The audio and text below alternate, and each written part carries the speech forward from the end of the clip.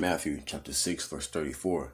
Take therefore no thought for the morrow shall take thought for the things of itself. Sufficient unto the day is the evil thereof. First and foremost, I want to give our praises to YAHAWAH, BAHASHAM, YAHAWASHI, BAHASHAM, QADASH, BARAK, BARAK to the elected and 1/3 of the children of Israel. Double honors to the teachers and the head apostles of the GREATMILLSTONE who rule well. Peace and salutations to the ATHAM are pushing out this work with truth and sincerity. Also, BARAK to the Aquafium who are listening as well. This is the Prophets in Babylon, Tampa Bay, Florida. My name is Brother Daniela, and I want to bring out this quick hit. Tomorrow isn't promised, okay? Tomorrow isn't promised. The Lord may wake you up that day, but tomorrow isn't promised. I'm going to repeat the scripture again. Matthew chapter 6, verse 34. Take therefore no thought for the morrow shall take thought for the things of itself. Sufficient unto the day is the evil thereof. All right. So pretty much it's plain in speech. All right. Don't worry about tomorrow because tomorrow isn't promised. Okay. For you. All right. Let tomorrow have its own worries. Okay. Because every day is nothing but evil here on earth. Okay. According to Job 9:24, the earth is given into the hand of the wicked. So either way, so from the palm of our hands on our cell phones to you walking out of your door of your house or your apartment, you know what I'm saying? There's evil outside. Okay, everywhere you go, there's evil. In the chief place of concourse when you go to the stores, all right, when you go to the mall, when you go to work, etc. All right, it's just straight evil, man. Straight evil in the air, on the television, in the movies. That's the vibes that's been pushed here on earth, man, by the hands of the wicked. So don't worry about tomorrow. Tomorrow isn't promised, okay? So next precept is James chapter 4 verse 13. Go to now ye that say, today or tomorrow we will go into such a city and continue there a year and buy and sell and get gain.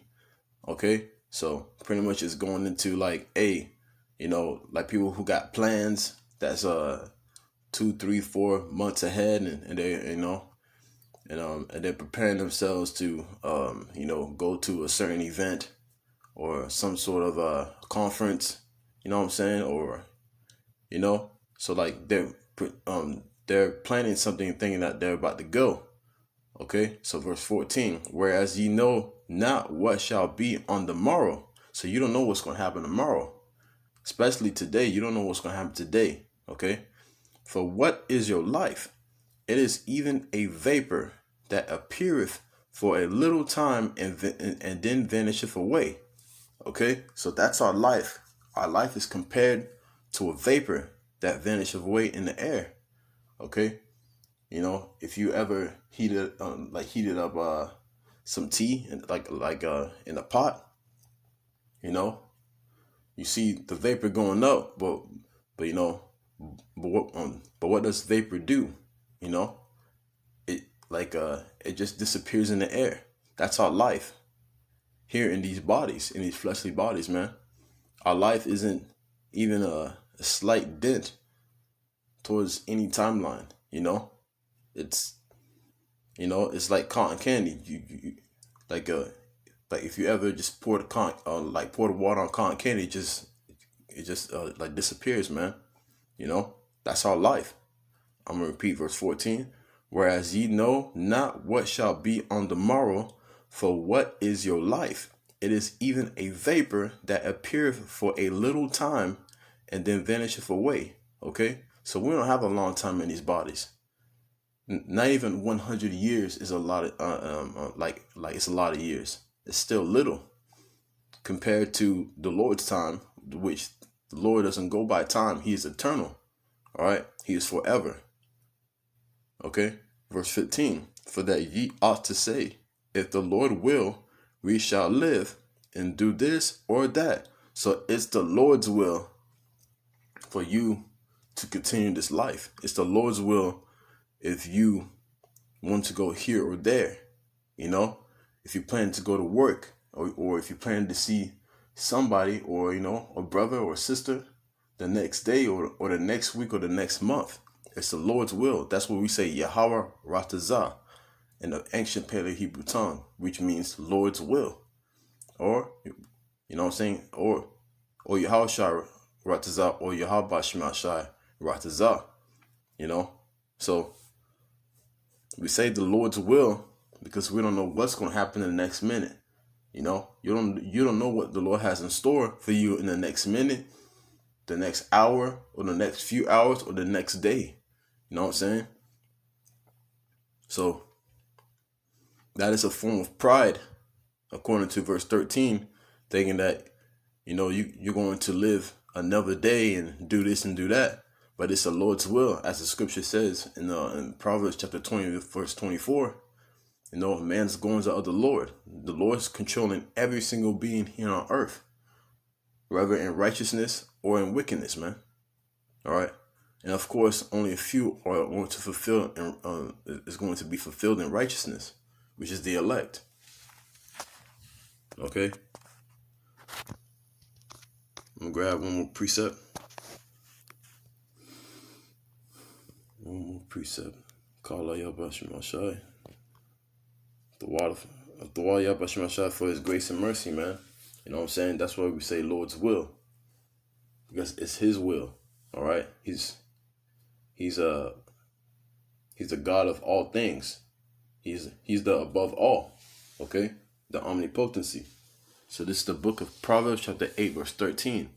The fear of Yahweh is to hate evil, pride and arrogancy, and the evil way and the forward mouth do I hate. Okay?